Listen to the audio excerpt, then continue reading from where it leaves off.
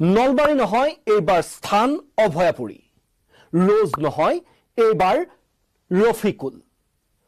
পুনৰ ৰাজ্যত সংঘটিত হৈছে এটা লাভ জেহাদৰ ঘটনা আৰু সেই চাঞ্চল্যকৰ তথ্য আজিৰ দিনটোত পোহৰলৈ আহিছে। অভয়াপুৰীত বঙাইগাঁও জিলাৰ অভয়াপুৰীত সংঘটিত হৈছে এই লাভ জেহাদৰ চাঞ্চল্যকৰ ঘটনা আৰু হিন্দু কিশোৰীক নিৰ্যাতনৰ চেষ্টা চলাইছে ৰফিকুল ইছলাম নামৰ এটা পাখণ্ডই। এই ঘটনা সংঘটিত হৈছে অভয়াপুৰীত আৰু এগৰাকী হিন্দু কিশোৰীক নিৰ্যাতনৰ চেষ্টা চলাইছে ৰফিকুল ইছলাম নামৰ এটা পাখণ্ডই।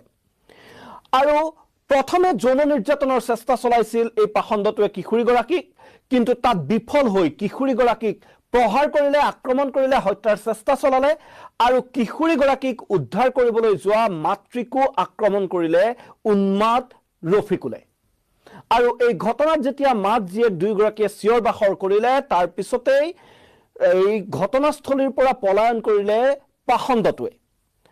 আৰু নলবাৰীৰ বৰঘোলা আৰক্ষী চকীৰ অন্তৰ্গত এই অভয়াপুৰীত এই ঘটনা সংঘটিত হৈছে। অভয়াপুৰীৰ বৰঘোলা আৰক্ষী চকীৰ অন্তৰ্গত এই এটা নদীৰ পাৰঘাটত, আই নদীৰ এটা পাৰঘাটত গা ধুবলৈ গৈছিল, কাপোৰ ধুবলৈ গৈছিল মাক আৰু জীয়েকে। মাকৰ সৈতে গৈছিল নাবালিকাগৰাকী আৰু তেনে সময়তে নদীৰ সিপাৰৰ পৰা সাঁতুৰি আহি এই পাখণ্ডটোৱে ৰফিকুল ইছলামে এনে জঘন্য কাণ্ড সংঘটিত কৰাৰ অভিযোগ উত্থাপন হৈছে।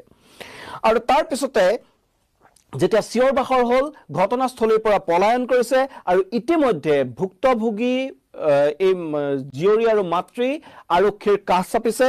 আৰু এতিয়া এই যি ৰফিকুল ইছলাম নামৰ পাখণ্ডটো, সেই পাখণ্ডটো কঠোৰৰ পৰা কঠোৰতম শাস্তি প্ৰদান কৰাৰ দাবী উত্থাপন হৈছে। কেইদিনমান পূৰ্বে সকলোৱে জানে নলবাৰীত সংঘটিত হৈছিল এটা চাঞ্চল্যকৰ লাভ জেহাদৰ ঘটনা। ৰোজ খান নামৰ এজন উদণ্ড যুৱকে এগৰাকী তেওঁৰ প্ৰেয়সী বুলি দাবী কৰা এগৰাকী যুৱতীক, হিন্দু যুৱতীক হত্যাক চেষ্টা চলালে, উপৰ্যুপৰি প্ৰহাৰ কৰিলে, সমান্তৰালকৈ তেওঁৰ ভাতৃক প্ৰহাৰ কৰি হত্যা কৰিলে। ঘটনাস্থলীতে মৃত্যু হ'ল আচুনেতা মাধুৰ্য বৰ্মনৰ। আৰু তাৰ পিছত আজিও সেইগৰাকী যুৱতীয়ে, যি মৃদুমুদ্ৰা বোলা যুৱতীগৰাকীয়ে আজিও GMCHৰ